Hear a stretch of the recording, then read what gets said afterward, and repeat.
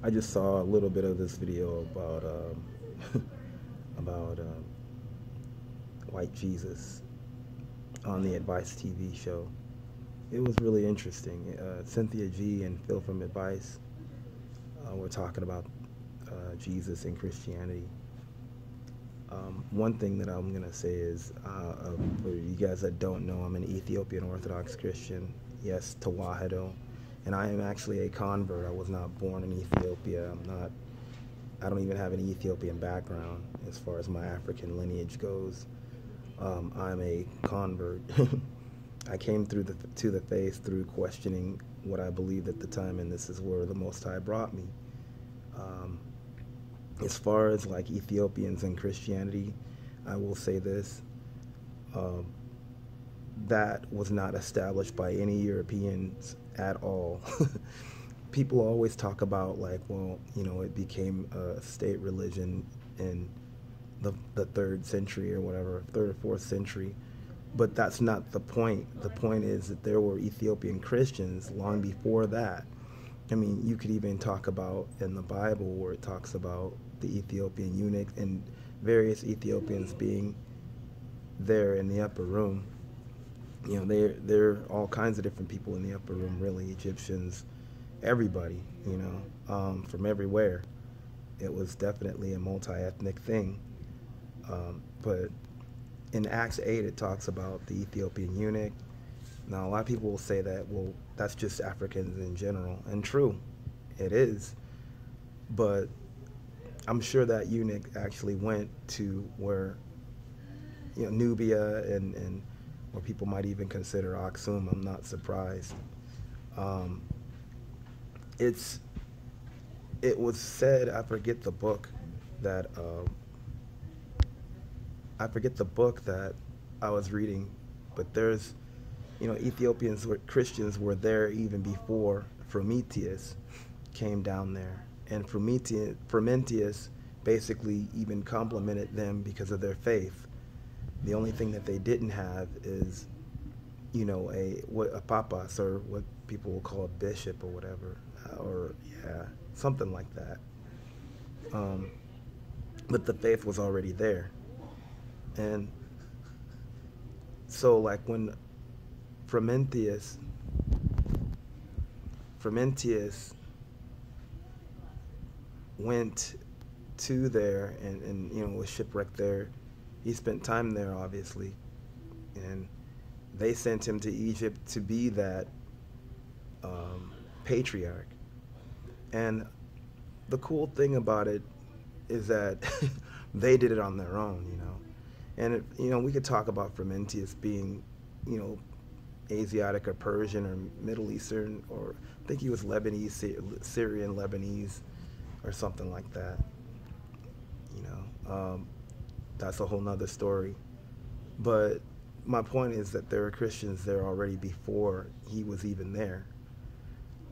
Another thing is when you talk about Ethiopians, Cynthia G mentioned some book that she was reading, and of course, you got a lot of these hating hoteps that always try to put all aspects of Christianity um, with the whole narrative that it was all brought by like Europeans or whatever.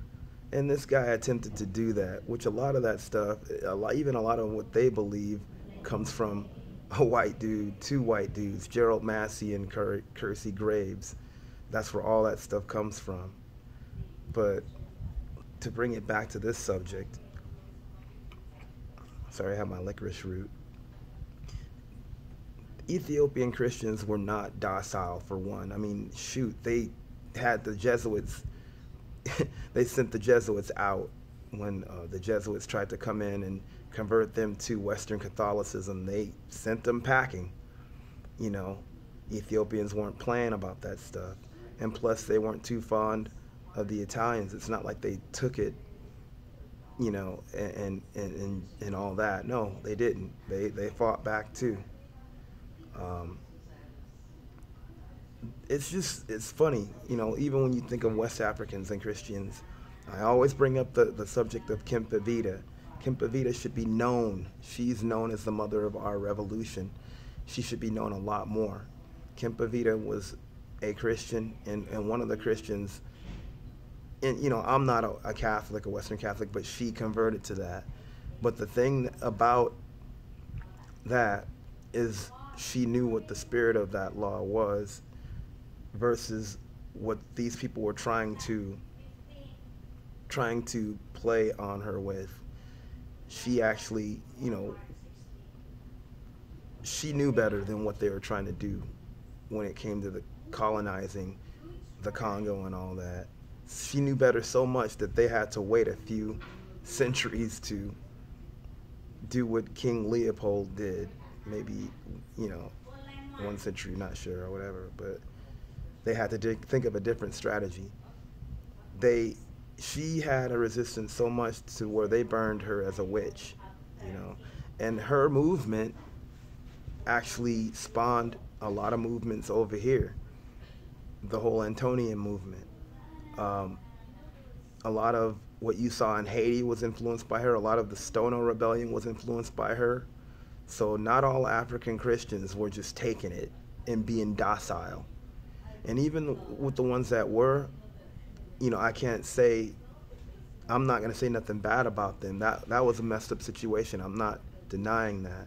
I'm just saying there's a spirit of the law, and people that know that spirit of the law know better than to even believe what a lot of these, white supremacist colonizers were doing with that faith. And unfortunately, it may have worked in some areas, but there's a lot of areas that it didn't work, and there was a lot of resistance from that, against that. Not every African Christian was taking it. Obviously, you see it over here with the Nat Turner Revolt and Mark Vesey.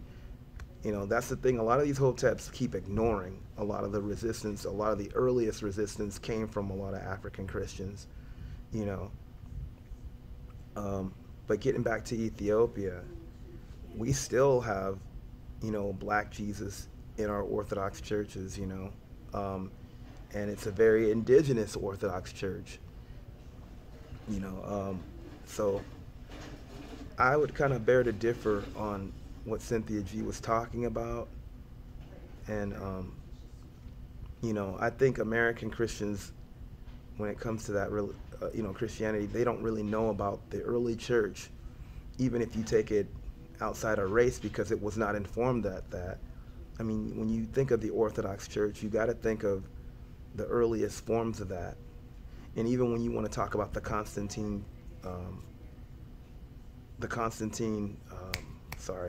councils or whatever, that was brought together just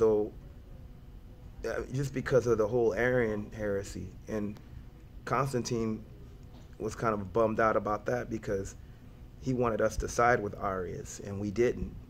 So we just basically put what we believed in writing, and he was not too fond of our decision to leave out Arius, to the point where he banished one of our church fathers, Athanasius, this Egyptian, bishop.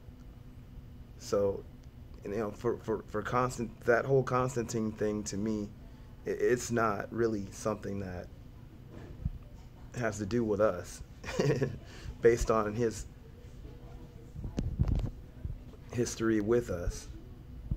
So, yeah. That's all I gotta say. If you have any other comments, I just leave it. Yeah, Christianity was not invented by a white man. Ethiopian Orthodox Christians are some of the oldest, and we still, are still rocking it today. It's a old tradition, and our culture is still rocking it. So, yep. Shout out to my fellow Tawahedos. You know who you are, here and in Africa.